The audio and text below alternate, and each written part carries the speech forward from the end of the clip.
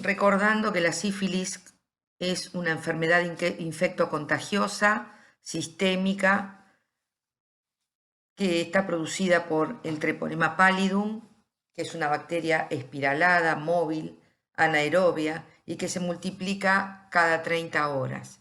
Es de distribución universal. El Treponema pallidum se comporta como un germen que es relativamente anaerobio e incapaz de resistir a la desecación en el medio ambiente. Estas condiciones biológicas que tiene el germen hacen que sea un germen que tenga, digamos, una mayor predisposición a ser contraído durante el acto sexual. Las formas de transmisión, como todos conocemos, es por inoculación externa en el acto sexual o por contacto directo con lesiones húmedas que están habitadas por el Treponema pallidum.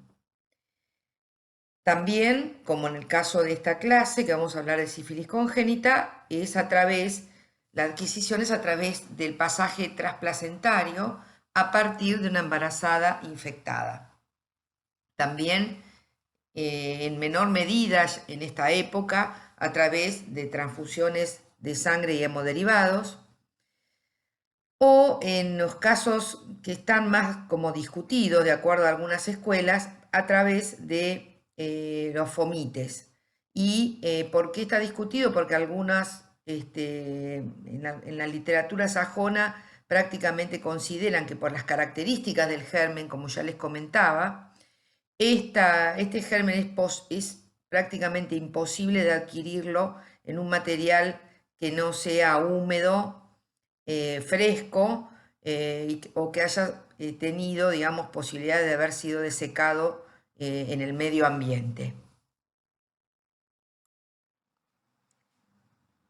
En cuanto a la clínica, vamos a repasar muy someramente. Las manifestaciones de la sífilis se engloban cronológicamente de acuerdo a distintos periodos. En la sífilis adquirida existe un periodo primario, un periodo secundario, un estado de latencia y un periodo terciario. En cuanto a la sífilis congénita, que es materia de nuestra clase, existe un periodo precoz de sífilis congénita y un periodo tardío. El periodo precoz es un equivalente al periodo secundario de la sífilis adquirida, mientras que el periodo tardío de la sífilis congénita sería un equivalente de un periodo terciario en la sífilis adquirida, teniendo también un estado de latencia que es mucho más difícil de evaluar en el caso de la sífilis congénita. Con respecto al periodo primario, obviamente en la sífilis congénita no existe, teniendo en cuenta que el periodo primario en la sífilis adquirida está marcada con la iniciación, la aparición del chancro sifilítico y la adenopatía secundaria a este chancro. Esto es un viejo, digamos, esquema de la historia natural de la sífilis, que es interesante porque explica algunas cuestiones en forma esquemática. Bueno, mediante la adquisición por contacto sexual de la espiroqueta, va, digamos, a tener un periodo de incubación entre 10 y 90 días con la aparición del chancro. Recordemos que es un chancro duro, no doloroso, poco frecuente o de menor posibilidades de ser observado en el sexo femenino, más frecuente de ver en el sexo masculino, acompañado de una adenopatía regional. Posteriormente viene la diseminación hematógena, donde con un tiempo entre 6 y 8 semanas después de la duración del chancro aparecen las lesiones de sífilis secundarias, que desde el punto de vista de, digamos, clínico dermatológico está marcada con la aparición de la roceola sifilítica. ¿Qué me interesa contar con respecto a la sífilis congénita? Que en este periodo secundario es donde puede haber una mayor transmisión al feto en la persona gestante, dando así, digamos, la iniciación que puede observarse con el traspaso del antígeno y también de los anticuerpos a través de la placenta al cuarto mes de gestación, empezando, digamos, a iniciar los síntomas en el feto. Un 40% de los embarazos generalmente pueden terminar en abortos espontáneos o mortinatos. Mucho mayor la aparición cuanto más precoz es la adquisición de la enfermedad en la persona gestante. Con respecto al inicio, digamos, de la transmisión transplacentaria, se habla, digamos, clásicamente de que a partir del cuarto mes sería la posibilidad donde puede pasar al feto la infección. Pero se ha encontrado que fetos infectados de menor tiempo de gestación. La sífilis congénita, entonces ya, como ya les comenté, está dividida de acuerdo a la evolución en una sífilis congénita temprana y una sífilis congénita tardía. Normalmente la temprana se puede dar antes de los 2 años, actualmente se dice a los 18 meses, con la aparición entre las 2 semanas y 10 semanas de edad de los clásicos síntomas que vamos a ver más adelante. Esta sífilis temprana puede, si pasa, digamos, si no es tratada, puede, digamos, en muy pocos casos, quedar como sífilis latente y el paciente quedar en estado de portador asintomático, si bien también es muy difícil de observar, o pasar a un terciarismo sifilítico. Con respecto a la sífilis congénita tardía, se da más allá del año y medio a 2 años y son, digamos, clínicamente observada como un cuadro, digamos, secuelar de la sífilis congénita temprana, donde se van a observar todas las manifestaciones que más adelante les voy a comentar. La sífilis congénita que en el periodo latente es de muy difícil detección y muchas veces ofrece una dificultad en diferenciar aquellos pacientes que en una etapa de la niñez más tardía puedan estar, digamos, afectados en forma latente y muchas veces puede confundir con una sífilis, con una sífilis adquirida. ¿Sí? Hay algunos reportes donde se han observado pacientes que eran serológicamente positivos sin manifestación de sífilis ni congénita, ni digamos en forma temprana ni tardía, pacientes ya digamos que no habían manifestado hasta el momento ningún tipo de manifestación. Con respecto a la epidemiología, se estima que 12 millones de personas infectadas por año se encuentran a nivel mundial. La sífilis congénita es la más frecuente de todas las infecciones perinatales. Se estima que aproximadamente 3 millones de embarazos por año se encuentran afectados de sífilis en América Latina y el Caribe. En Argentina la prevalencia de sífilis congénita oscila entre 0,5 y 4,5 por 1000 recién nacidos vivos. Este rango varía de acuerdo a los distintos factores sociales, culturales, económicos y también a las distintas áreas, teniendo, digamos, estando en aumento en los últimos años, tanto en la Argentina como a nivel mundial. Se estima que una cuarta parte de esos embarazos están afectados a tal punto que producen la muerte fetal. Como ya les comenté, en algunos casos, cuanto más precoz es la infección, puede llegar hasta un 40% de abortos o de pérdidas posteriores, ¿no?, del embarazo, o mortinatos. El 25% de los niños que nacen con sífilis tienen bajo peso al nacer y tienen una mayor posibilidad de muerte perinatal. El 80% de los niños afectados pueden tener algún tipo de alteración en el desarrollo y la sífilis no tratada aumenta. En algunos reportes se ha observado hasta 20 veces las complicaciones en el parto y en el nacimiento. Incluso el riesgo es mayor cuando incluso estos pacientes o las pacientes fueron tratadas.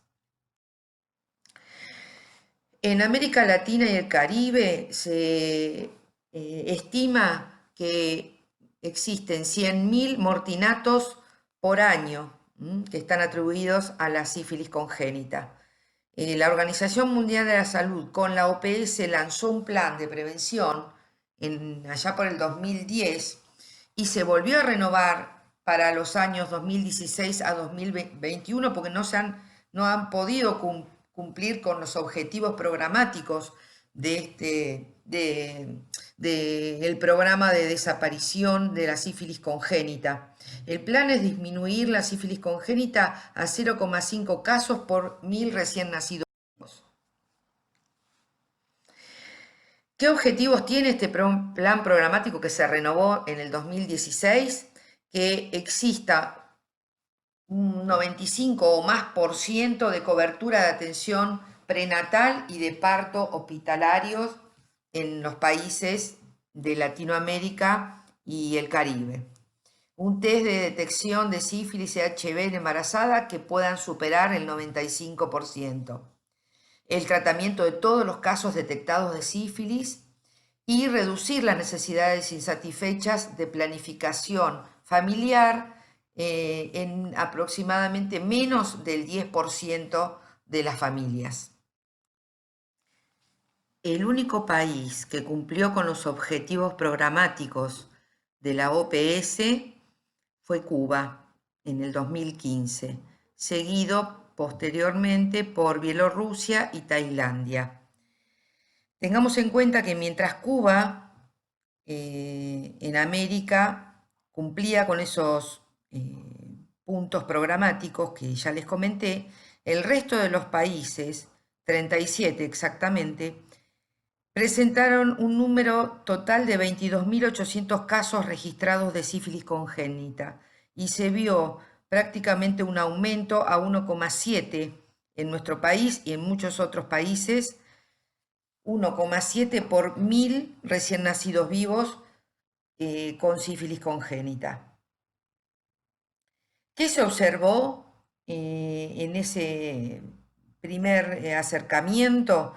Se observó que hay falta de acceso al cuidado prenatal, hay falla en el tamizaje de la sífilis y de otras enfermedades perinatales y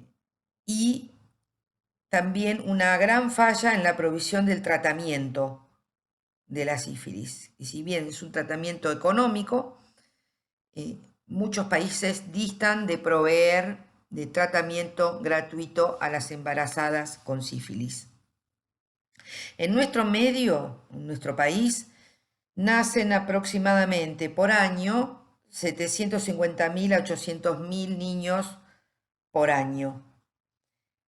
Con esa tasa que tenemos, aproximadamente lo que se considera que hay 1.000 recién nacidos vivos con sífilis congénita y también lo que se observó es un aumento en el número de mortinatos por año. ¿A qué consideramos caso de sífilis congénita? A todo aquel recién nacido o mortinato cuya madre tuvo sífilis y que no fue tratada o que fue inadecuadamente tratada, sea independientemente de la presencia de signos, síntomas o de resultados de laboratorio. También se considera sífilis congénita a todo aquel recién nacido con evidencia clínica de sífilis congénita, que puede ser desde el hidrops fetal no inmunológico a la aparición de lesiones ampollares, exantema, rinitis, mucopurulenta o hemorrágica. Todo aquel niño menor de 18 meses con pruebas no treponémicas o treponémicas reactivas, en los que se pueda constatar, lo que no se haya podido constatar, un adecuado tratamiento materno. También se considera sífilis congénita en todo aquel niño de 18 meses, mayor de 18 meses, con pruebas treponémicas positivas en los que se hubiese descartado abuso sexual. Seguimos también, ¿a qué se considera casos de sífilis congénita? Todo aquel recién nacido con manifestaciones frecuentes, pero también inespecíficas. Esto puede ser, por ejemplo, hepatoesplenomegalia, ictericia, adenopatías, neumonitis, compromiso del sistema nervioso central, osteocondritis, anemia hemolítica, plaquetopenia. Hay otras manifestaciones también que son sugestivas de aparición más tardía, como la aparición de condilomas planos o síndrome nefrótico o alteraciones oculares, o ya las manifestaciones tardías, que son secuelares, como la nariz sencilla de montar y los dientes de Hutchinson. Bueno, vamos a ver las manifestaciones clínicas de la sífilis congénita precoz, recordando que se da en los primeros 18 meses de edad a partir del nacimiento.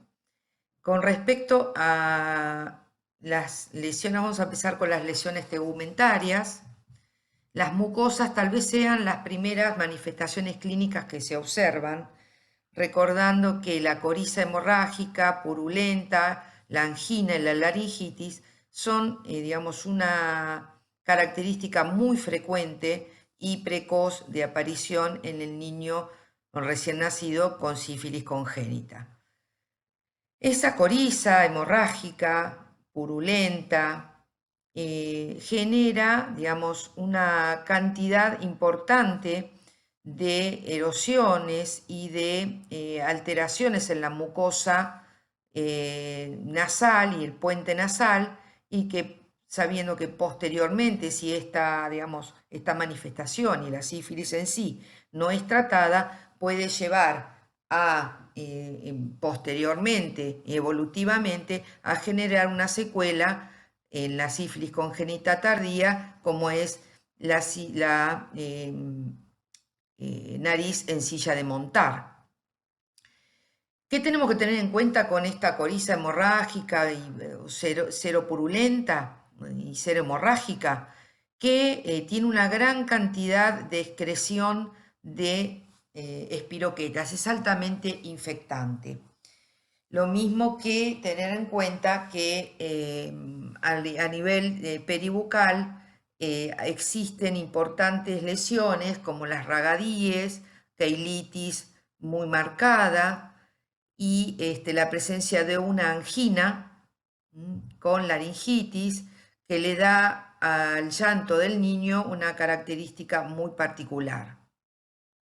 Con respecto a las lesiones cutáneas, pueden ser precoces o más tardías dentro de la misma sífilis congénita precoz. Dentro de las lesiones precoces tenemos las pápulas, los condilomas planos, sobre todo la aparición de ampollas palmoplantares, que son bastante características, donde antiguamente se lo denominaba pénfigo sifilítico. Esas ampollas se destechan rápidamente, dando una descamación que persiste por un tiempo importante. Tener en cuenta también la presencia de la perionixis y en forma un poco más tardía aparecen las sifilides psoriasiformes, que son muchas veces similares o remedan a algunas lesiones psoriasiformes de la sífilis secundaria adquirida. Entonces recordar que la coriza y las lesiones secretantes nasales y las ragadíes peribucales son una manifestación, digamos, de las primeras que aparecen en el niño con sífilis congénita precoz. Recordemos que el niño con sífilis congénita precoz puede tardar un tiempo en aparecer las primeras lesiones, sobre todo, como ya les comenté, en las primeras, digamos, semanas de embarazo, del posparto, si la sífilis fue adquirida tardíamente durante el embarazo. Con respecto a las manifestaciones óseas, hay que tener en cuenta que son también muy frecuentes y hay que buscarlas. Tienen un signo muy característico porque son sumamente dolorosas, dando, digamos, un signo que es antálgico. El recién nacido manifiesta un dolor muy importante, generando como una pseudoparálisis, que se llama pseudoparálisis de Parrot, producto de la presencia de osteocondritis, de las metáfisis de los huesos largos y de la periostitis, que es sumamente, desprendimiento de la cortical, que es sumamente dolorosa. Recordar que está descrito que es más frecuente en el extremo distal del fémur y proximal de la tibia, pero también están descritos en otros huesos largos, a nivel sobre todo de los miembros superiores. Con respecto a las lesiones viscerales o a las manifestaciones viscerales, recordar que la hepatosplenomegalia con o sin ictericia es una de las manifestaciones muy frecuentes en el niño con sífilis congénita precoz. También recordar el compromiso meningio o de meningoencefalitis, que puede estar más frecuentemente presente en cuanto más grave y más compromiso clínico general tenga el recién nacido. También la nefropatía, que es una nefropatía perdedora de proteína, un síndrome nefrótico, dando un gran encharcamiento con edema generalizado, pérdida con albuminuria importante, incluso llevando a la falla cardíaca secundaria a la hipoalbuminemia y al síndrome nefrótico. También la presencia de la neumonía, denominada neumonía alba, que está también frecuentemente digamos, presente en el niño con un gran compromiso sistémico. Con respecto a las manifestaciones humorales, la serología reactiva en sangre, después la vamos a charlar, la presencia de la anemia hemolítica, plaquetopenia, hipoalbuminemia con incremento de células y proteínas en el líquido cefalorraquídeo, y bueno, la presencia de serología en líquido cefalorraquídeo también es muy importante para el diagnóstico de sífilis del sistema nervioso central.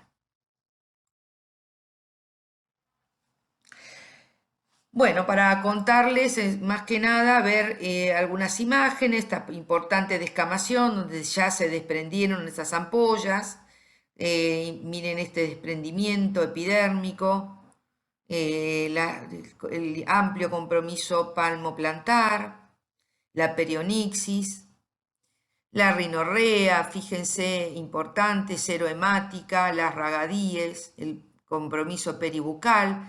En algunos casos hay casos relatados donde el compromiso peribucal fue tan importante que generaron lesiones secuelares definitivas, muy importantes. Hay algunos casos relatados como unas estriaciones similares como a unas estrías atróficas secundarias a las ragadíes peribucales. No es lo más frecuente, pero están descritas. Bueno, la rinorrea, que muchas veces se deseca, ¿sí? Son niños que están sumamente doloridos, muy, digamos, con un llanto, recordar característico. Otras manifestaciones, como ya les comenté. Importante ver en el recién nacido el edema, la hepatosplenomegalia, ese abdomen globuloso, la descamación importante, el bajo peso al nacer y bueno, una imagen de la neumonía típica, neumonía alba, producida por, digamos, la sífilis, el cuadro sistémico de la sífilis congénita. Para recordar, la sífilis congénita tardía, como ya les comenté, es producto, las manifestaciones son producto de las secuelas de todas estas manifestaciones agudas que vimos anteriormente, como resultado entonces de las secuelas a nivel de la mucosa nasal y del tabique nasal, la caída del puente nasal tan frecuentemente que podemos observar con la nariz sencilla de montar, las tibias en sable, un resultado de la periostitis y sobre todo la periostitis, y por otro lado, la presencia de característica de los dientes de Hutchinson, que tienen que ver por el compromiso también óseo, maxilar y de la alteración de los gérmenes dentarios.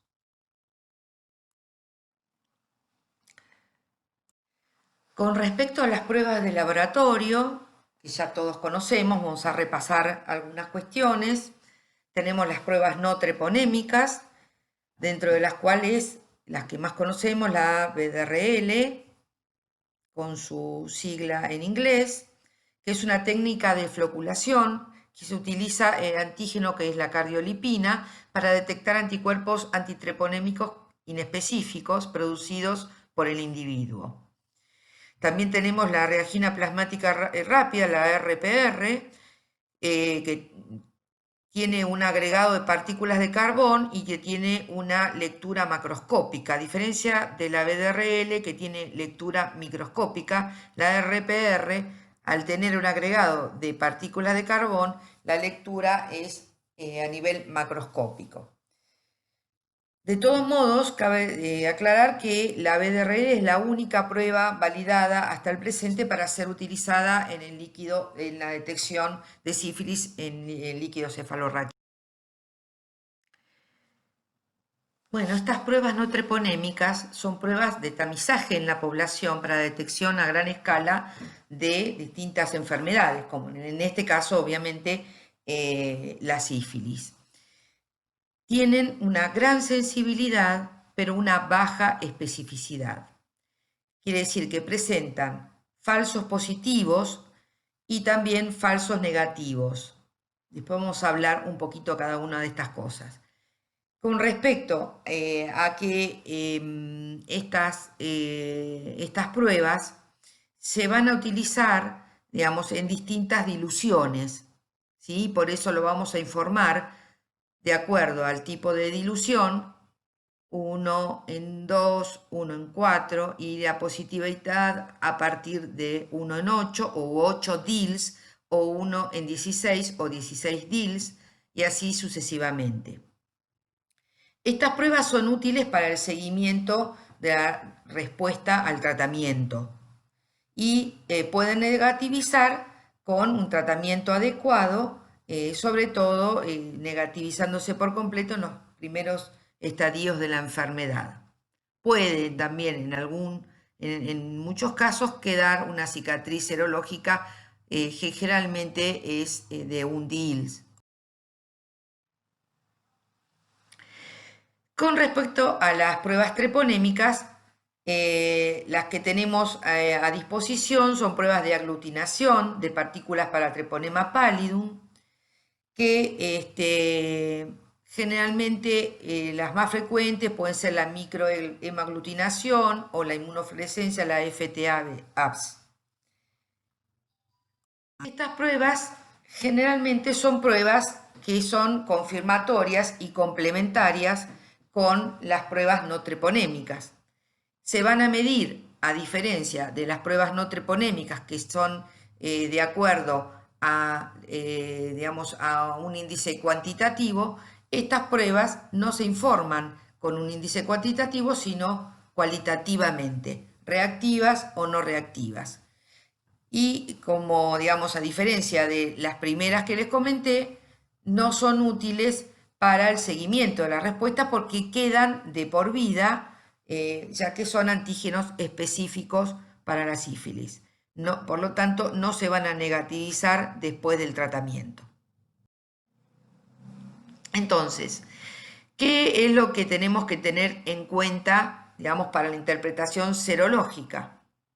Una prueba no treponémica reactiva con una prueba treponémica reactiva nos da la idea de que es una sífilis actual o pasada, pero que de acuerdo a esta diferencia, si es actual o pasada, lo que vamos a ir viendo es el descenso o ascenso de los títulos de las pruebas no treponémicas. Con respecto a una prueba reactiva no treponémica y una prueba no reactiva treponémica, tenemos que descartar los falsos positivos de estas pruebas treponémicas, como son, digamos, muchas enfermedades infecciosas, las hepatitis, la mononucleosis, las muestras hemolizadas, las enfermedades autoinmunes como el lupus o la artritis reumatoidea, bueno, una serie de cuadros que pueden dar falsos positivos, por eso hacen disminuir la sensibilidad de estas pruebas no treponémicas. Entonces, en el caso de que sea no reactiva, quiere decir que corresponden a un falso positivo de una BDRL o una RPR. Si tenemos una prueba no treponémica no reactiva y una prueba treponémica reactiva, hay algunas posibilidades. Que puede haber sido, digamos, el patrón de una sífilis tratada, o que pueda ser una sífilis primaria muy reciente que positiviza la prueba treponémica, pero que todavía no han ascendido los niveles de las diluciones que requieren para una positividad de una prueba no treponémica, o que nos encontramos en una reacción de prosona, que es cuando hay una gran cantidad de anticuerpos en etapas iniciales o en el secundarismo sifilítico, donde hay una gran cantidad de anticuerpos y que se necesitan mayores diluciones de las pruebas no treponémicas para que se vayan positivizando. Entonces, un cuadro digamos, encontramos una prueba treponémica reactiva con una prueba no treponémica no reactiva. Tenemos que tener en contexto si esa sífilis, si ese paciente fue tratado previamente o está iniciando, digamos, o está en periodo de prosona o inicial una sífilis primaria muy, muy reciente. Con respecto a las dos pruebas negativas es que hay digamos, una ausencia de infección o que está recién en el periodo de incubación de la sífilis, con lo cual a veces es muy difícil de saber. Vamos a ver las pruebas de tamizaje y cómo se evalúa, digamos, las pruebas en el embarazo. Frente a un primer control, una consulta prenatal con una paciente, digamos, embarazada, lo que se va a realizar en principio son las pruebas no treponémicas. Si la prueba no treponémica es no reactiva, obviamente lo que se va a hacer por catastro habitual es repetir las pruebas en el segundo y el tercer trimestre de embarazo. Ahora, si esa prueba no treponémica es reactiva, lo que vamos a hacer es realizar una prueba treponémica. Si no es reactiva, bueno, tenemos que tener en cuenta las asociaciones que ya les comenté de otras enfermedades, o bien incluso a veces el embarazo puede dar una prueba treponémica, una prueba no treponémica positiva.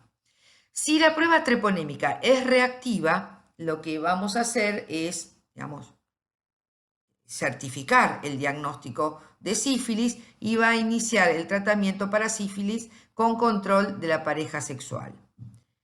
También se va a realizar un seguimiento cada 2 meses hasta el parto con, las serologías y un control posterior periparto con serologías. Por otro lado, se debe hacer la misma rutina en la embarazada positiva para la pareja sexual. ¿Cuándo se considera una mujer embarazada con sífilis adecuadamente tratada y seguida? En todos aquellos casos de sífilis primaria, secundaria latente temprana, con la aplicación de una dosis de penicilina benzatínica 2.400.000. Aquella paciente con sífilis latente tardía o indeterminada, con penicilina benzatínica tratada con penicilina benzatínica 2.400.000 en 3 dosis separadas por 1 semana cada una.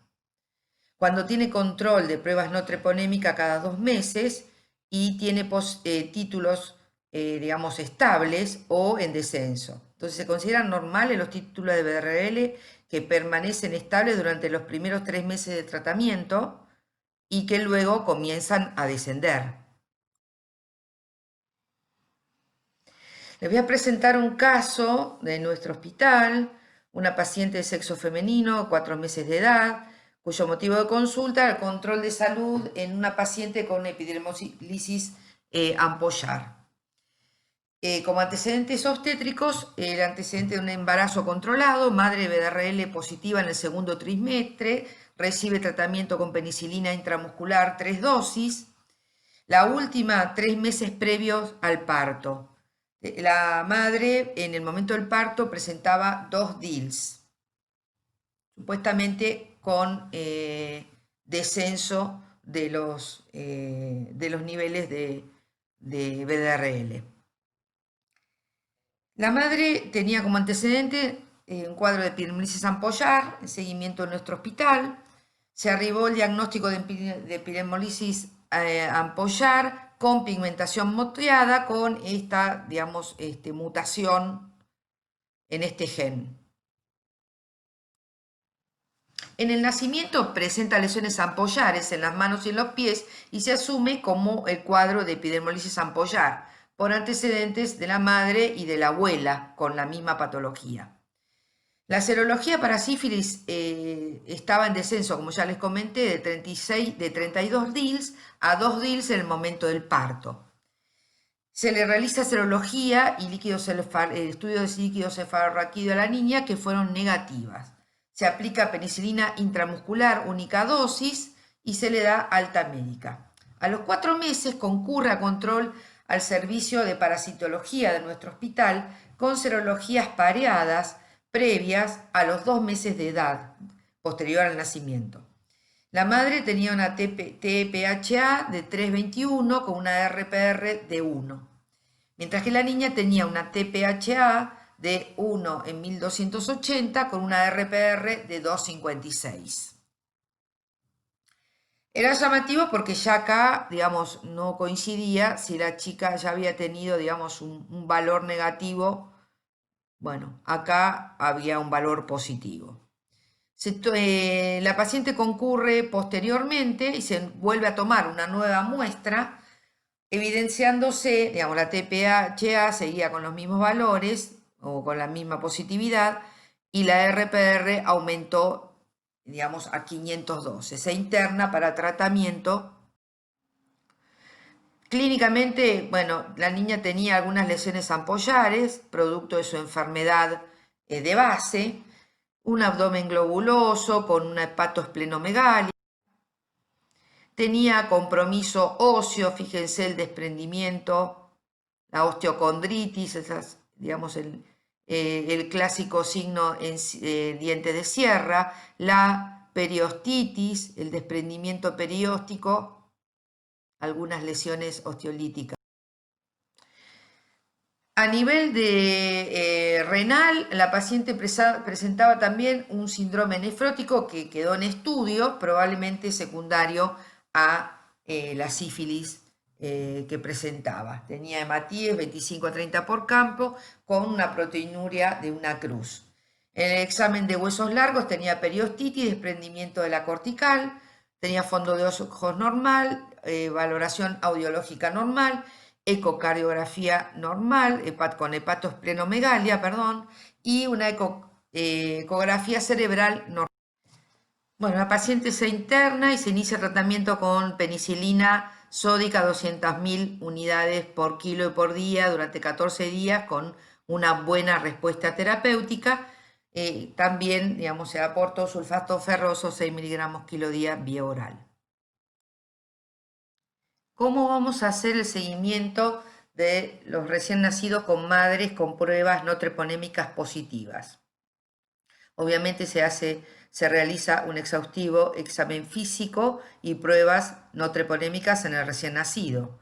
De acuerdo al examen físico, en el recién nacido vamos a tomar distintas, obviamente, actitudes.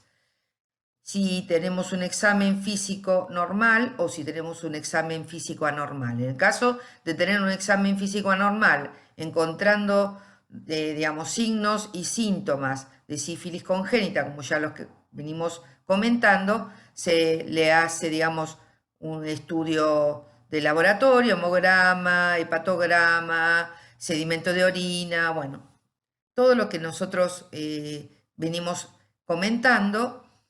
Se hace estudio de líquido cefalorraquídeo con BDRL, con celularidad y con proteínas y radiografía de huesos largos. Y de acuerdo a las distintas características que tengan los pacientes, se verá el tratamiento, obviamente va a ser con penicilina G endovenosa entre 100 y 150.000 unidades por kilo día. Esto es lo que está indicado, digamos, en las normas del Ministerio de Salud. Según peso y edad, por durante 10 días.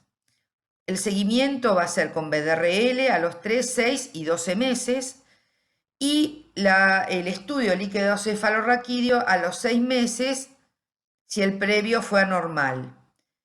Está discutido si los pacientes no tienen ningún otro tipo de manifestación. Bueno, se verá también la, digamos, nueva punción a los 6 meses. También es importante la realización de examen oftalmológico y auditivo. Ahora, si el paciente tiene examen físico normal, lo que tenemos que tener en cuenta es si la madre fue adecuadamente tratada y seguida o inadecuadamente tratada o no hay documentación del tratamiento y del seguimiento serológico. Si la madre fue adecuadamente tratada con un buen seguimiento serológico, vamos a ver, digamos, el seguimiento también serológico del niño al mes de vida, a los 2 meses, a los 3, 6 y 12 meses. Y se evaluará también en forma pareada el seguimiento serológico de la madre. Si no es posible el seguimiento del niño o la pareja sexual de la madre no recibió un tratamiento adecuado, se procederá a utilizar la penicilina benzatínica 50.000 unidades kilo día como única dosis y un seguimiento posterior, digamos, de acuerdo a lo establecido en el caso de que el examen físico haya sido anormal. Seguimiento de BDRL a los 3, 6 y 12 meses con examen oftalmológico y auditivo. Si la madre no tuvo un adecuado seguimiento o no tiene, digamos, la documentación adecuada,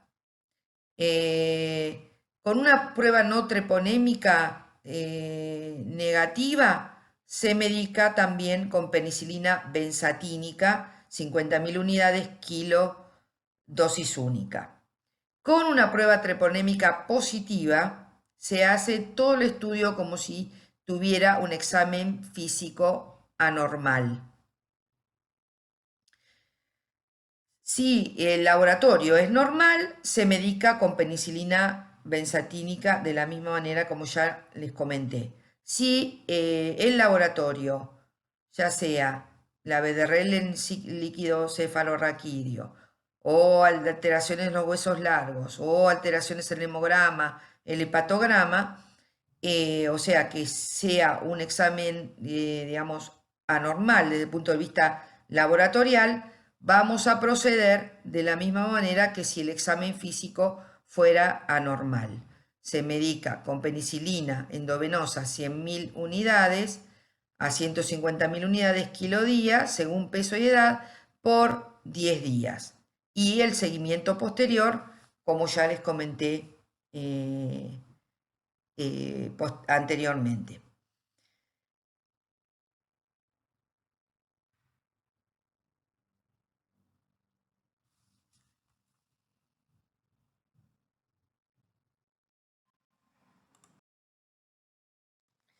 Bueno, esto es, digamos, un poco un resumen de las clínicas y el laboratorio de la sífilis.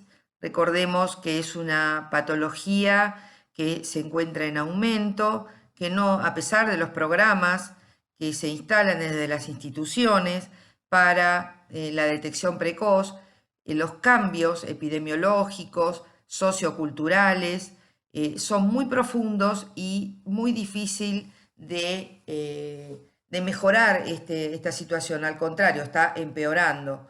La doctora Susana Gress va a comentar un poco la situación en nuestro medio y recordemos siempre que es fundamental el seguimiento de la embarazada y del niño para evitar secuelas en una enfermedad que es absolutamente prevenible.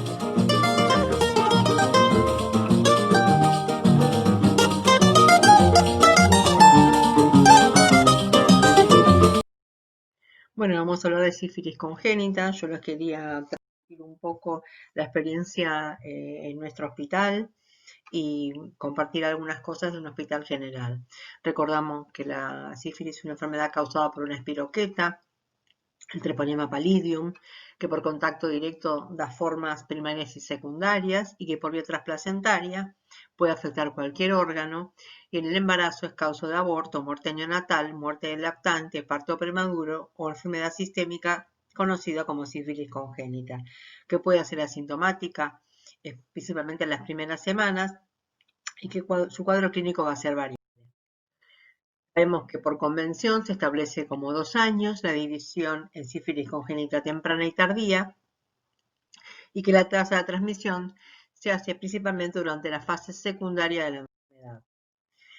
En nuestro hospital, yo observé en el año 2008 que realmente veíamos muchos casos de sífilis en la consulta normal o en la internación, con lo cual decidí hacer un relevamiento de los pacientes asistidos entre enero del 2017 y marzo del 2008. En ese momento registré 11 pacientes con sífilis con un rango de edad entre 2 meses y 12 años, 7 masculinos y 4 femeninos. En ese caso vimos pacientes que tenían la mayoría múltiples manifestaciones cutáneas y rangos de BDRL desde 4.000 hasta valores menores, y de que todos esos casos había 2 casos de sífilis congénita.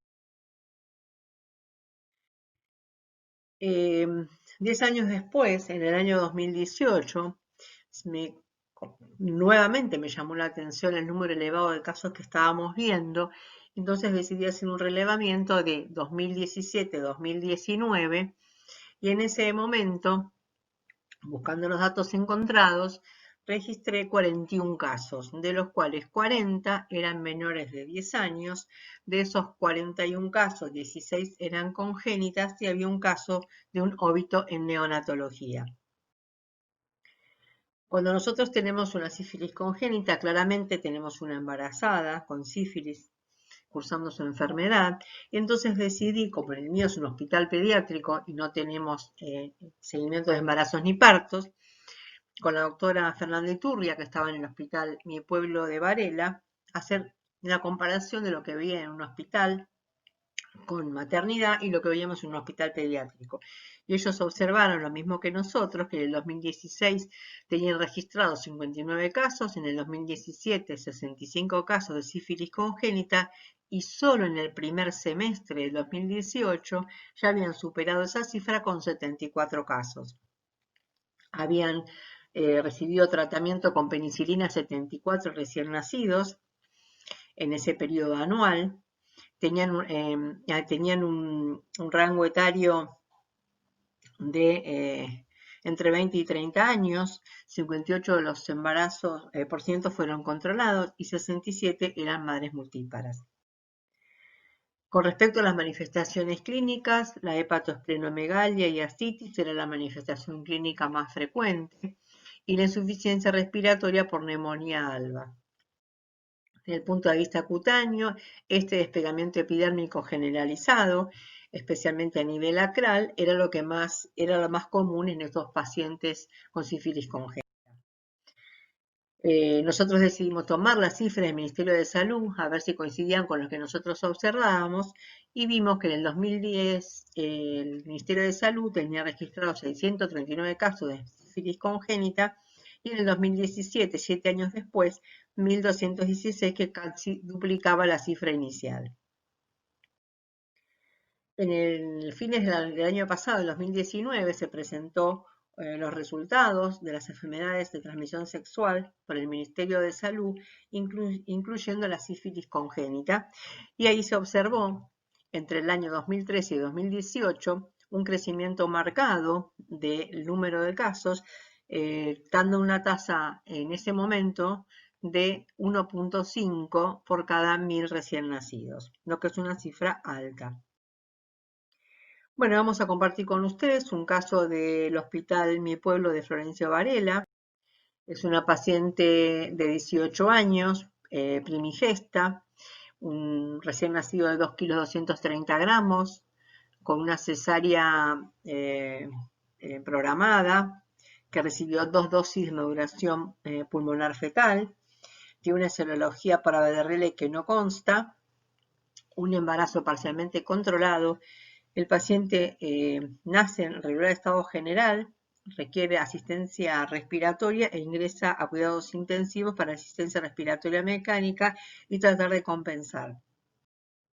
En el momento del ingreso presenta hepatosplenomegalia, insuficiencia respiratoria, lesiones vesicoampollares a nivel de las palmas de tipo pemfigoide con ese contenido claro.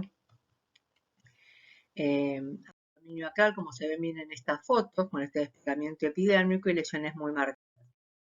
El paciente tiene un diagnóstico entonces de recién nacido de bajo peso, insuficiencia ventilatoria, sospecha de sepsis en forma precoz, riesgo de infección asociado al respirador mecánico y luego congénita como diagnóstico distintivo. El paciente tiene una evaluación desfavorable, no responde a inmunotrópicos y fallece a las 2 horas de vida, teniendo el resultado post-mortem una BDRL de 32 días, con lo cual se confirma el diagnóstico de sífilis congénita con mortinato. Cuando uno revisa las cifras del Ministerio de Salud de causas de muerte en menores de 5 años, observa sífilis congénita 46 casos, pero esos 46 casos se dan 40 dentro de los primeros 27 días de vida. Con lo cual claramente es un fracaso sanitario, dado que es una enfermedad totalmente previsible y tratable. Bueno, vamos a presentar unos casos clínicos, porque esta sífilis sigue siendo la gran simuladora y puede tener diferentes formas de presentación. Esta es una paciente vista en nuestro hospital de sexo femenino de 2 meses de edad, con un embarazo controlado, un recién nacido de término de 39 semanas de 2 kilos 400, internada en neonatología para recuperación nutricional y de peso, hacía 3 días que estaba internada, consulta para una descamación acral y un dolor e inmovilización del miembro superior izquierdo. Con respecto a las lesiones cutáneas, la mamá refiere que 3 semanas antes de la internación tenía ampollas en manos y pies, que posteriormente descaman, y que el dolor en el miembro superior izquierdo tenía una semana de evolución. También presentaba una rinorrea todo esto fue interpretado en su momento por los pediatras que lo vieron como una descamación fisiológica y un catarro de vías aéreas superiores tratado solamente con nebulizaciones de solución fisiológica. Estas eran lesiones que presentaba el paciente a nivel acral, este despegamiento epidérmico con un borde de despegamiento, bien distal, pero que llega hasta las muñecas. Estaba afebril, tiene una posición antálgica, dolor a la palpación de los miembros y sobre todo dolor a la palpación de callo óseo en clavícula izquierda. A nivel de las plantas, una descamación un poco más gruesa, transgredes, que llegaba hasta los bordes de los maléolos, y esta descamación en algunos lados como en colgajos, que incluía los dedos de los pies. Tiene un discreto eritema perianal y si bien esta fotografía no es de buena calidad, preferí incluirlas para ver la posición antálgica que tenía el paciente en el hombro izquierdo. Con diagnóstico presuntivo de sífilis congénita, fractura ósea y por lo tanto estudio de maltrato infantil, descamación posexantemática, se solicita un laboratorio, radiografía de huesos largos y evaluación por traumatología.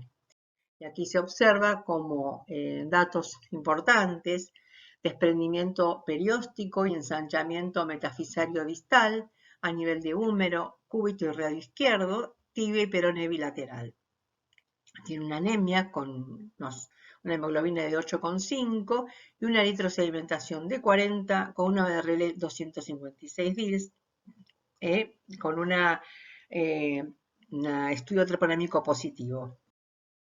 Los papás tienen 64 DILS, ambos padres, y la paciente tiene una punción lumbar con un líquido cefalorraquídeo que no es normal y una BRL de 2 DILS. Con estos resultados del laboratorio, con estas BRL de alto título, tanto del paciente como de la familia, un líquido cefalorraquídeo también con una BRL positiva, una clínica y una radiografía compatible, el diagnóstico de sífilis congénita sífilis y realice tratamiento con penicilina 200.000 unidades por kilo día endovenoso durante 14 días y paracetamol para el dolor. El resto de los exámenes son normales y también se hace la evaluación y tratamiento de ambos padres. A las 5 horas de comenzar el tratamiento, paciente presenta fiebre sin foco que resuelve con antifebriles comunes en las 24 horas y se interpreta el cuadro como una reacción de Alzheimer que evoluciona favorablemente con la progresiva movilización de los miembros. Se da de alta en la vía hospitalaria a los 14 días. Presentamos un paciente visto este año, muy interesante, es una paciente de 16 meses que producto de un embarazo que refiere ser controlado. Ambos padres recibieron tratamiento para sífilis 6 meses antes de la consulta, el papá con 3 dosis de penicilina benzatínica y la madre realizó tratamiento incompleto, requiere por alergia a la penicilina, y con un antecedente de infecciones recurrentes vaginales y una BRL del embarazo no positiva durante el segundo trimestre. No tenemos datos periparto. Desde el punto de vista de dermatología, presenta una alopecia difusa, no cicatrizal, de un mes de evolución, lesiones eritematosas y erosivas a nivel de la cavidad oral, de 7 días de evolución, y lesiones cutáneas, 2 lesiones cutáneas a nivel de la piel de región submaxilar. Esta es la alopecia, que es bien marcada a nivel frontoparietal, bien evidente, pero también a nivel difuso. Tiene una alopecia difusa bien clara. Y estas 2 lesiones circinadas de borde papuloso redondeadas en el cuello, región submaxilar izquierda, con un centro más papuloso sobrelevado. Y algunas costras en los bordes. A nivel de la cavidad oral se ve una erosión a nivel de la cara mucosa del labio superior, estas lesiones erosivas, eritematosas a nivel del paladar, y esta es lengua de papila en parches a nivel de la lengua.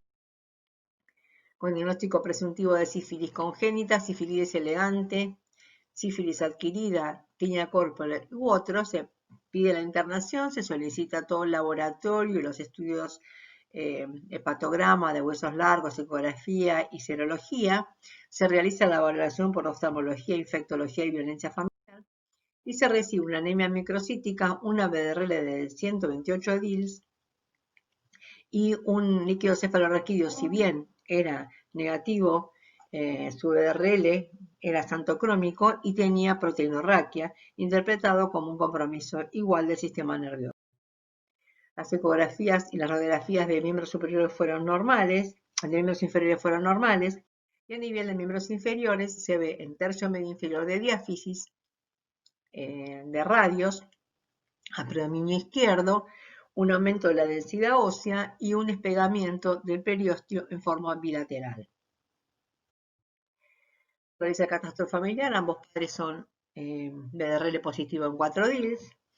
La mamá recibe tratamiento con doxicilina por 14 días y el papá recibe una dosis nueva de penicilina benzatínica. Y por último voy a presentar a una paciente que tiene mínimas manifestaciones, una bebé de 4 meses de sexo femenino que tenía estas lesiones perianales sobrelevadas, pequeñas, de aspecto verrugoso, esta descamación de plantas. Las descamaciones de plantas no es una consulta frecuente, y este eritema y descamación a nivel de la cara con respecto a la zona del triángulo central de la cara. Como el diagnóstico y el interrogatorio familiar era dudoso con respecto a las conductas y al control durante el embarazo, parto y posparto, se interna y se solicitan los análisis donde se evidencia una BDRL de 32 DILs, lesiones óseas a predominio de columna, y se hace también el diagnóstico de sífilis congénita, y la cual recibe tratamiento. Solamente les quería comentar que nosotros vemos en un hospital pediátrico pacientes con sífilis de diferentes edades. Tenemos un rango de consulta de menores de 2 años bastante frecuente, con lo cual muchas veces dudamos de qué tipo de sífilis es, si es congénita o es adquirida, porque en menores de 2 años uno debería pensar siempre que son congénitas. Sin embargo, tenemos un alto porcentaje de pacientes que tienen menos de 2 años y que son sífilis adquiridas. Hacemos todos los estudios y evaluaciones para poder descartar abuso sexual infantil y muchas veces no lo encontramos, y claramente son adquiridas por los antecedentes de laboratorio y de los embarazos, con lo cual queda abierta la discusión de cuál es la forma de contagio de estas sífilis adquiridas en bebés tan pequeños. Estos son casos de pacientes pequeños que consultan por alopecias o por lesiones mucosas o por lesiones orales en menores de 2 años. Incluso pacientes que han tenido eritrodermias y compromiso de los huesos y articulaciones en forma múltiple, en las que fueron finalmente diagnosticados como sífilis adquiridas porque sus padres eran reiteradamente negativos en su historia. Bueno, recordar que la sífilis entonces es una enfermedad causada por una espiroqueta, que la vía transplacentaria de una madre enferma causa aborto, muerte neonatal, muerte del lactante o sífilis congénita, en su gran mayoría, que puede ser asintomática o tener un cuadro clínico variable, y que si bien se trata de una enfermedad prevenible, fácil de diagnosticar y tratar, continúa siendo un motivo de preocupación por su aumento, y que es importante destacar la importancia de las políticas sanitarias, el correcto control prenatal y postnatal y la educación sexual adecuada para la población. Siempre que tenemos una sífilis congénita, claramente tenemos una mamá enferma y una pareja o varias parejas enfermas, con lo cual igual recomiendo la revisión de las guías del Ministerio de Salud de diagnóstico y tratamiento de la sífilis, que están disponibles para todo el equipo de salud, donde están todos los métodos diagnósticos disponibles para hacer de sífilis en nuestro país, incluyendo los 2 algoritmos actuales, que son el algoritmo tradicional, partiendo de una prueba no treponémica, o el algoritmo reverso, que parte de una prueba treponémica. Bueno, muchas gracias por su atención.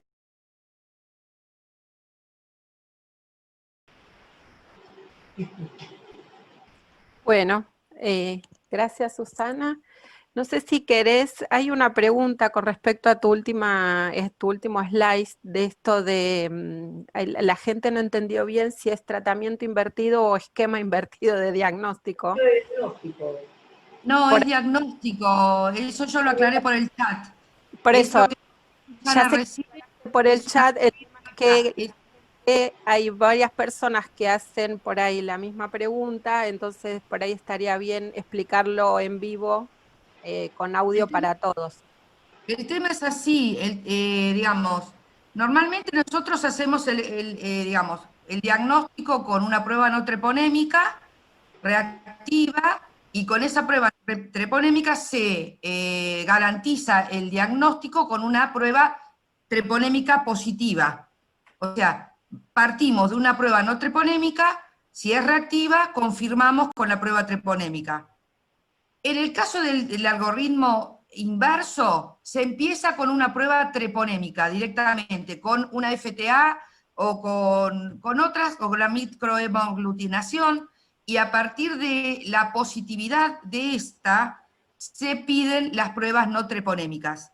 Es como que, digamos, se tamiza un poco más finito, pero el tema es si tenemos acceso a las pruebas treponémicas, porque acá estoy viendo en algunos lugares que dicen, me preguntan, creo, no sé si haber entendido, si no tengo BDRL, en realidad tenemos que partir, que bueno, tenemos que tener las dos tipos de pruebas. No se tienen en todos los hospitales las pruebas, por ejemplo, treponémicas. Entonces es más difícil, ¿sí? Así que, bueno, el algoritmo clásico es el que se sigue sosteniendo todo el tiempo, digamos. Tenemos una prueba no treponémica, BDRL, RPR, positiva, se certifica el diagnóstico con una prueba treponémica reactiva. Ahora, digamos, se está proponiendo el algoritmo reverso, donde se comienza con una prueba treponémica. ¿Se entendió? Perfecto. Después nos También los test rápidos, sí. No, Claro, porque es rápido, porque se hace porque es rápido, por eso se hace como catastro primero.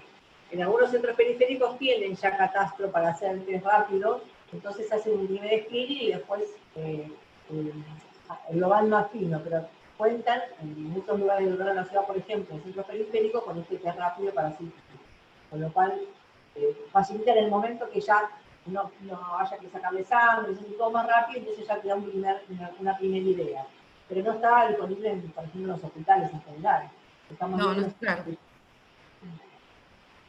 Bueno, después nos preguntan con respecto a las diluciones de los DILs, ¿cómo diferenciar los falsos positivos? No, a ver, los falsos positivos no es que, a ver, uno tiene que ver, por ejemplo, en una sífilis congénita tenemos que ir viendo los títulos, ¿no? Cómo bajan o suben los títulos, eso por un lado. Tener, digamos, un panorama digamos, de seguimiento, eso es uno. Segundo, se confirma con las pruebas treponémicas. Y bueno, a partir de las diluciones, eso hay que ver cómo, digamos, ¿cómo podemos ver de cuánto partimos con un test? Si partimos básicamente de 8. Con una baja dilución, van a ir bajando mucho más con un tratamiento adecuado. Bueno, aparte es 1 en 8, una dilución del 1 en 8 o 8 DILs. A partir de ahí se considera positivo. Pero bueno, lo que hay que ver es también es la curva de descenso.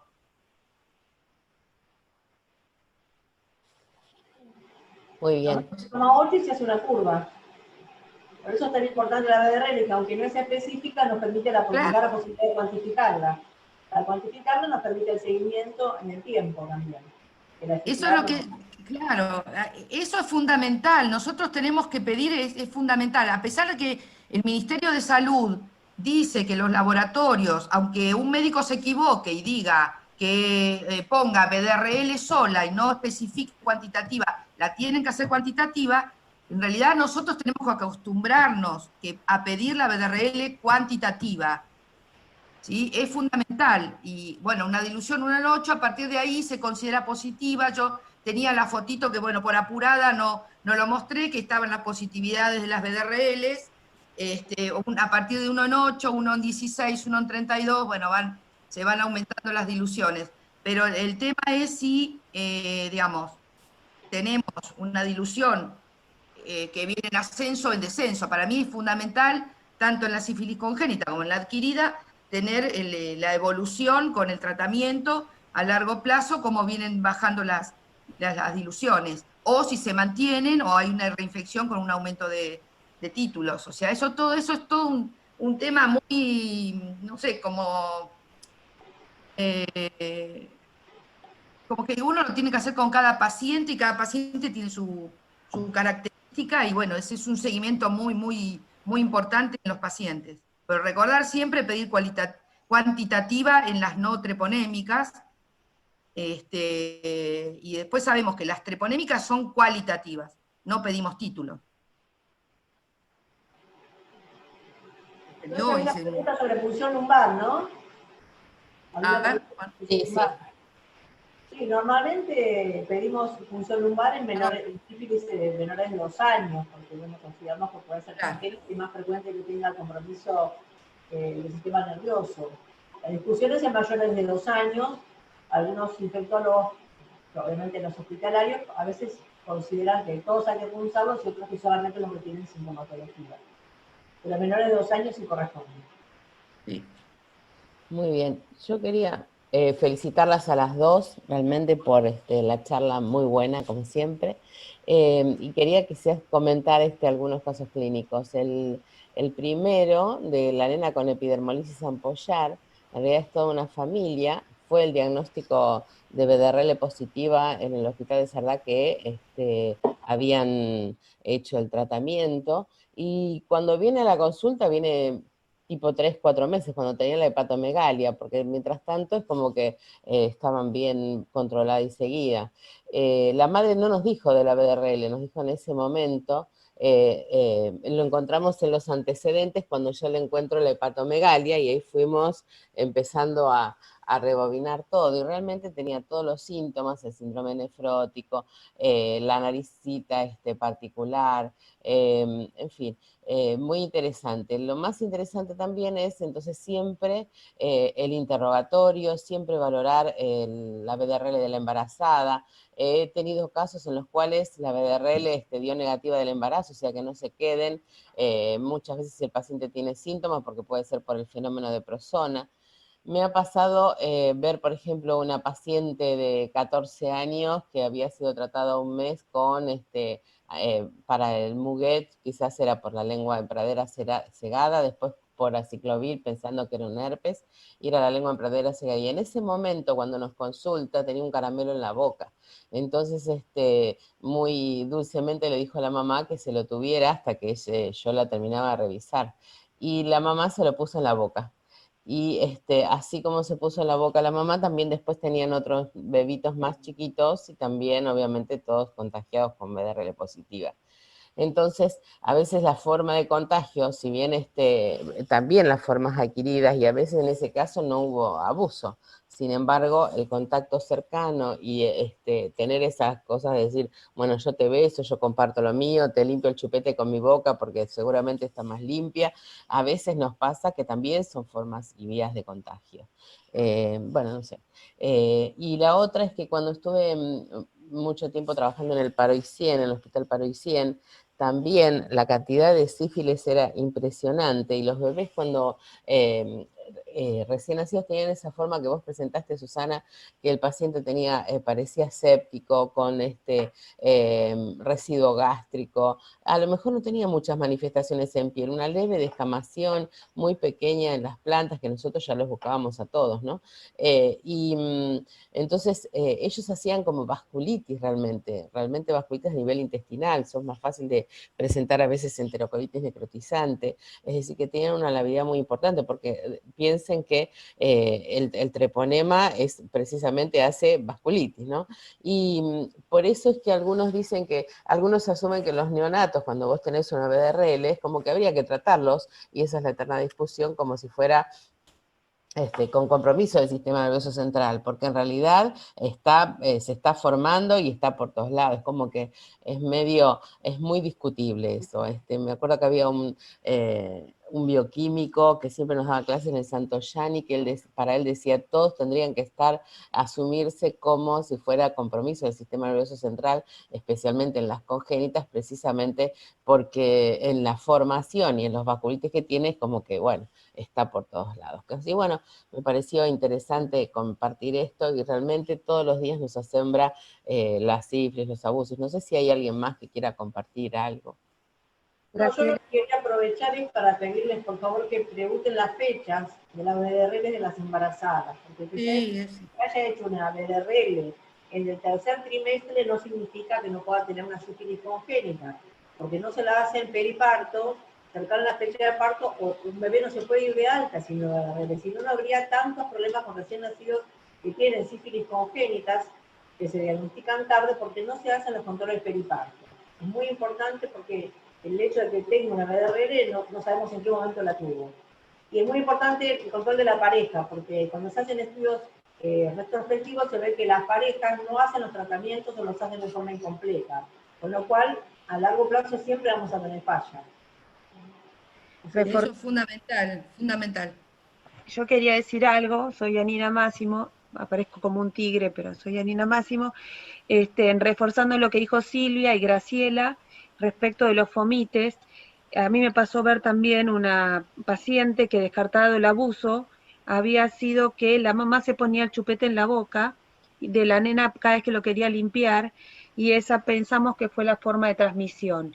Y con ese pensamiento saber que las lesiones de boca son habitadas y que si uno quisiera hacer un campo oscuro, buscar ahí el treponema es de muy difícil diagnóstico porque existen otras espiroquetas y otras bacterias en la boca que tienden a confundir el diagnóstico. Entonces, saber que son habitadas, pero que poco útiles para hacer el diagnóstico de campo oscuro porque nos pueden confundir.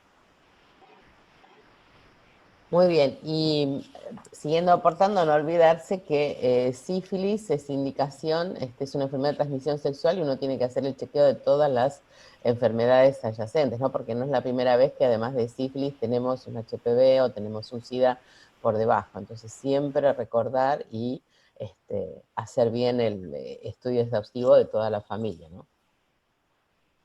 Bien.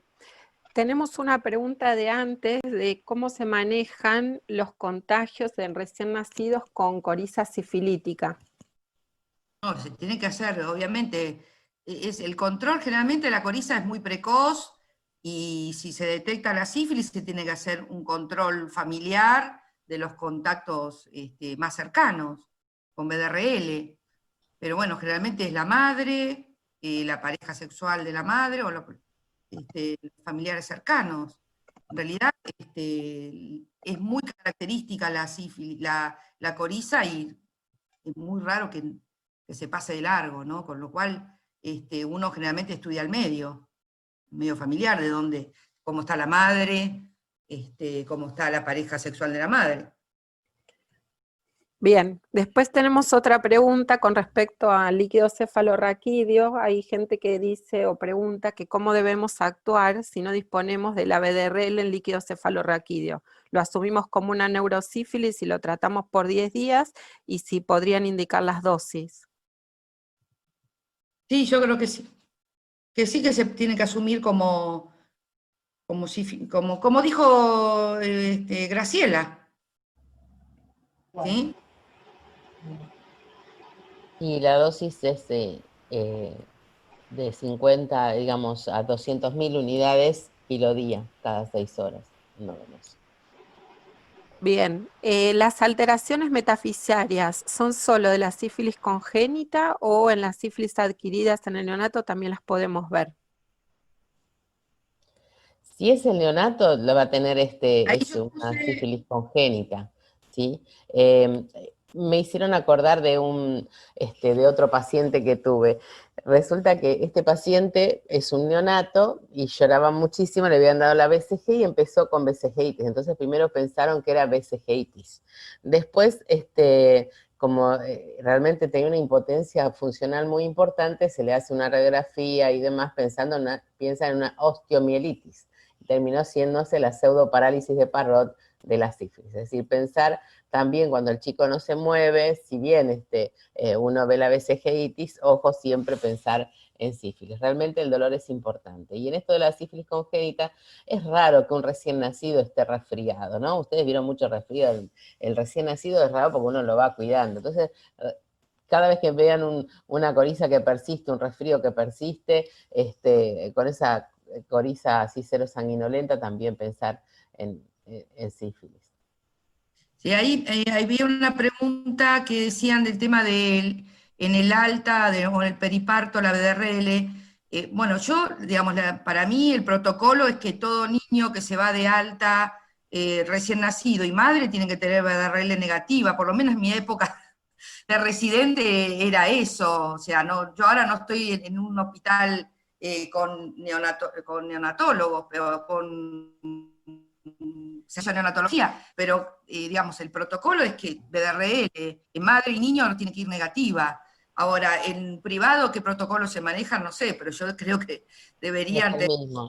Es el mismo. Por eso, o sea, me parece que sería de buena práctica por lo menos tener bien asegurado, porque nadie puede garantizar que en las últimas semanas del embarazo, con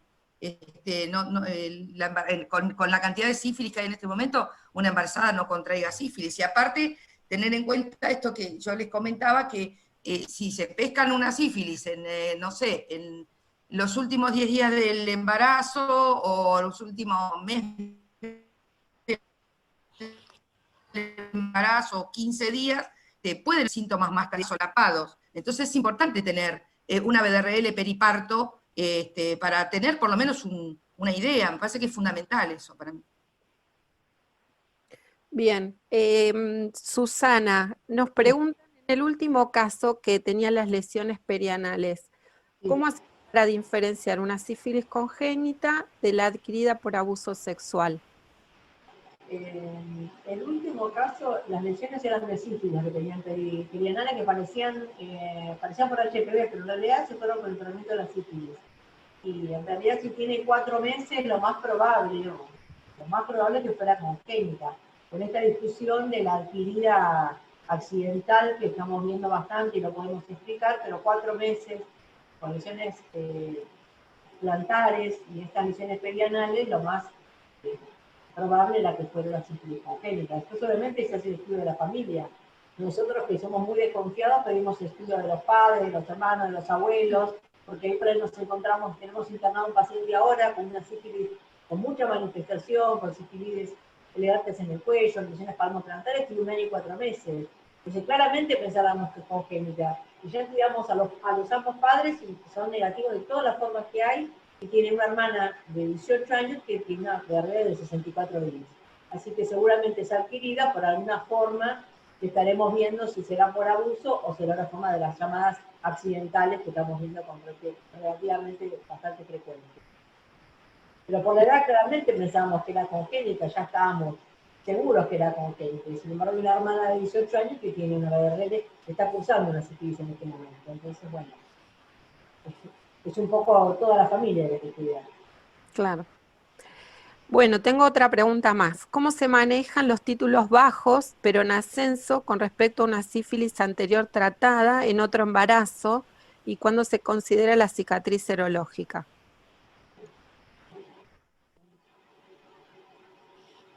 ¿Estás vos, Silvio, o continúo yo? El título es considerar que es una sífilis, una reinfección. Quiero entender eso. Entiendo eso, o tal vez en un cuadro maltratado o no supervisado. Sí, bueno, hay que certificar cómo fue tratada y si hay, y obviamente tener en cuenta siempre el contacto sexual, porque puede haber estado bien tratada y el contacto sexual no se trata y hay una reacción. Eso es fundamental, cosa que uno ve permanentemente en el privado. O sea, yo he visto pacientes saliendo de la sífilis congénita, pacientes con sífilis adultos que tienen de toda la manifestación, y cuando voy a decirle, bueno, hay que hacer el control a la pareja sexual, desaparecen. No hay forma de perseguirlos, y en el privado es muy difícil. Desaparecen. No, voy a ver, nunca me ha pasado, es muy frustrante decir, bueno, para hacer el tratamiento, a ver si tienen que hacer, garantizar el tratamiento de la sífilis en la pareja sexual, y no se consigue. Es muy difícil ese tema, y yo creo que eso es lo que hace persistir y reaparecer la sífilis de todas las formas.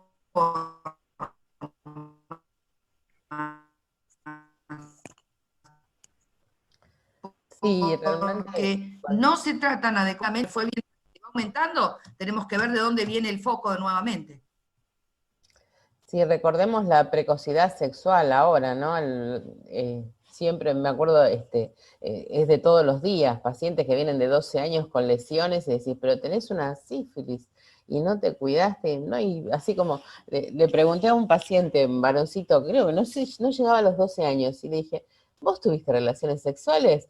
¡Hey, sí! ¿Cómo lo voy a tener? Es decir, contentos, y no había hecho con la adecuada protección, y obviamente tampoco, más que protección, con la sífilis ya no sirve porque sabemos que hay otras prácticas también. Entonces, realmente la precocidad sexual, el cambio de parejas y demás, hace que realmente sea una enfermedad más que emergente de siempre, pero tenemos que realmente pensarla en muchas cosas, como siempre que nos decían pitiriasis rosada de Gilbert, pensar en hay que solicitar BDRL, bueno, también en los grandes, en los adolescentes, pasa algo.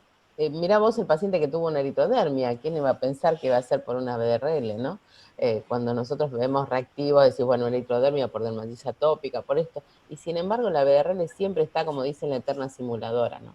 Realmente es como que nos tenemos que ir de esta clase pensando eso, la sífilis está en la forma más impensada y con distintas manifestaciones clínicas, pero bueno, en el neonato recordarla siempre, y que una BDRL en una embarazada negativa tiene que ser siempre negativa del último trimestre, y a veces puede estar en fenómeno de prosona, que así no siempre nos dice esta paciente está bien y este recién nacido no lo tiene. Bueno, sección preguntas, terminamos. Listo.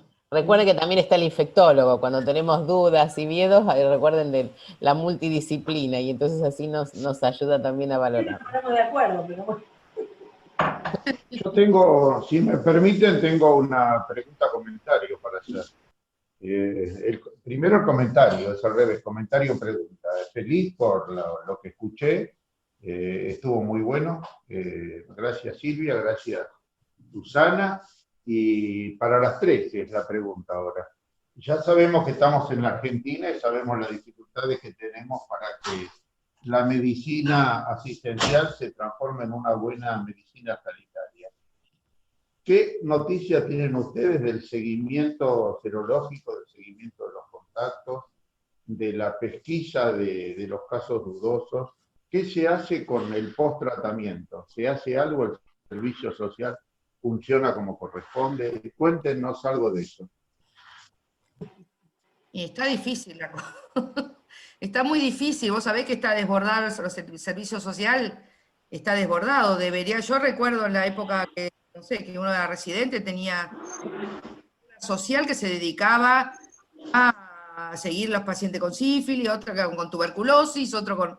O sea, está difícil, pero debería hacer eso, debería haber un seguimiento muy importante, pero la verdad que yo es difícil como está, porque como está tan descontrolado el tema de la sífilis, me parece que no estamos haciendo bien las cosas. Es difícil por la parte jurisdiccional también, porque por ejemplo las instituciones sociales de capital no pasan a provincia, con lo cual no tenés muchos pacientes de provincia y te pierde el control. Claro.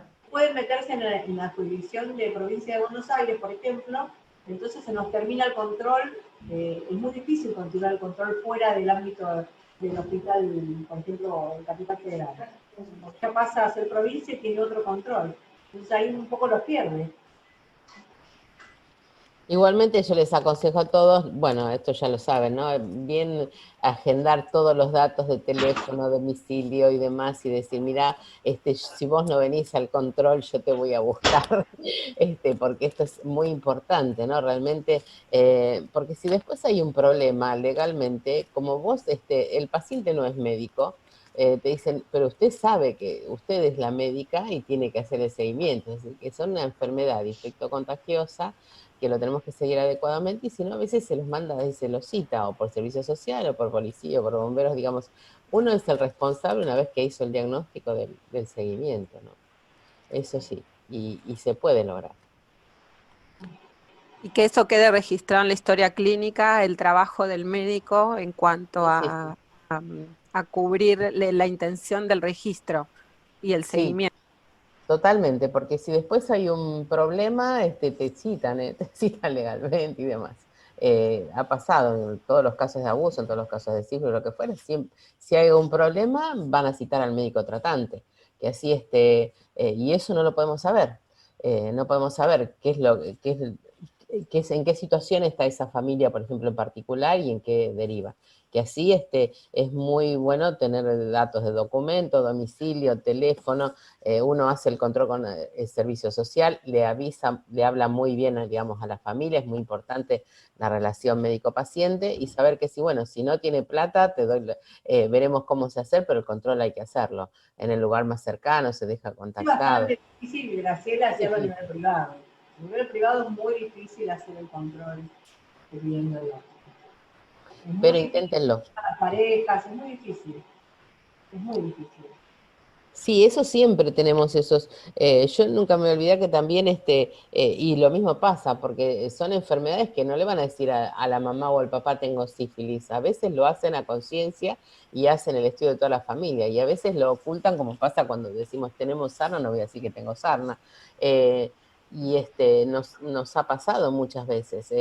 A mí me han venido pacientes decir, doctora, yo necesito la gamma globulina porque tengo HIV, pero afuera está mi novio, y él no sabe nada, no sabe que yo tengo. Y era el novio. Entonces, digamos, como nos pasa con eso, nos pasa con la sífilis y con todo. Son enfermedades que uno no los quiere decir que los tiene.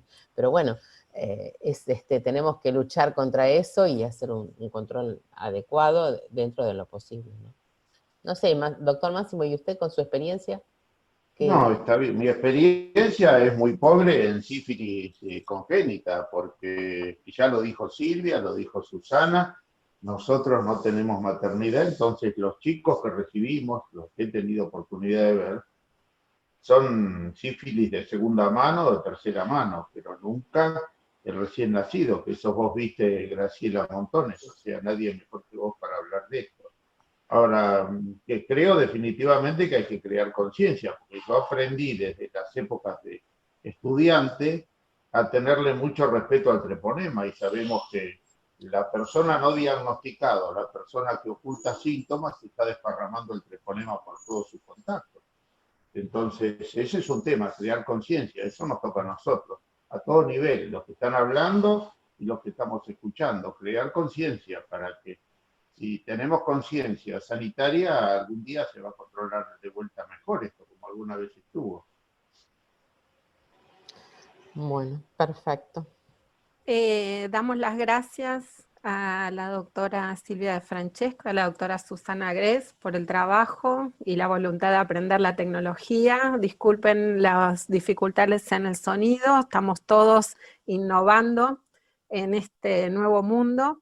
Las clases con sonido bien, que se escuche bien, van a estar en el canal de YouTube, después lo editamos, así que las van a poder volver a ver, ¿sí?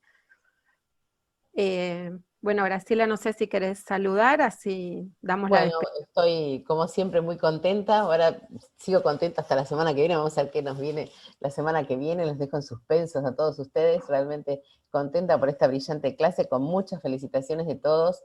Las felicito, chicas, y bueno, para mí son mis chicas, mis amigas. Y les mando un abrazo grande a todos. Gracias por estar. Nos vemos. Chau. Chao, gracias. Chao, hasta el miércoles. Chao. Hasta el miércoles.